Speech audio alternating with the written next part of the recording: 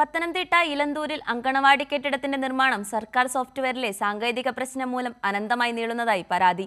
Resurvey നടപടികൾ പൂർത്തിയാക്കാത്തത് കാരണമാണ് അങ്കണവാടി കെട്ടിടം നിർമ്മാണം തടസ്സപ്പെടുന്നത്. ഇതോടെ നഷ്ടമാകുന്നത് കുരുന്നുകൾക്കുള്ള മികച്ച വിദ്യാഭ്യാസ സൗകര്യമാണ്. വാടക കെട്ടിടത്തിലാണ് നിലവിലെ അങ്കണവാടി പ്രവർത്തിക്കുന്നത്. സ്ഥലപരിമിതിയുണ്ട്, സുരക്ഷാ പ്രശ്നങ്ങളും നിലനിൽക്കുന്നു. ഈ സാഹചര്യത്തിലാണ് പുതിയ കെട്ടിടം നിർമ്മിക്കാൻ പഞ്ചായത്ത് തീരുമാനിക്കുന്നത്. അതിനായി സ്ഥലവും കണ്ടെത്തി. എന്നാൽ വർഷങ്ങൾ കഴിഞ്ഞിട്ടും നിർമ്മാണം ആരംഭിക്കാനായിട്ടില്ല. തടസ്സമായിരിക്കുന്നത് റീസർവേ നടപടികൾ വൈകുന്നതാണ്. പക്ഷേ ഇപ്പം നമ്മൾ തടസ്സം നേരിടുന്നത് റീസർവേ നടപടികൾ പൂർത്തീകരിച്ച് കിട്ടുന്നില്ല. അപ്പം നമ്മൾ സർവേ ഡിപ്പാർട്ട്മെൻറ്റിനെ സമീപിച്ചപ്പോൾ ഇതിന് തടസ്സമായിട്ട് വന്നിട്ടുള്ളത് IKM എന്ന് പറഞ്ഞ സോഫ്റ്റ്വെയറിൻ്റെ അകത്ത് സർവേയർക്കുള്ള റിക്വസ്റ്റ് കൊടുക്കാൻ വേണ്ടി സാധിക്കുന്നില്ല. നമ്മൾ വ്യക്തിപരമായി അന്വേഷിച്ചപ്പോൾ അറിഞ്ഞത് നാഷണൽ ഇൻഫോർമാറ്റിക്സ് സെൻറ്ററിലാണ്, പ്രൊജക്ട് യൂണിറ്റിലാണ് ഇതിനാവശ്യമായ ക്രമീകരണങ്ങൾ ചെയ്തു നൽകേണ്ടത്.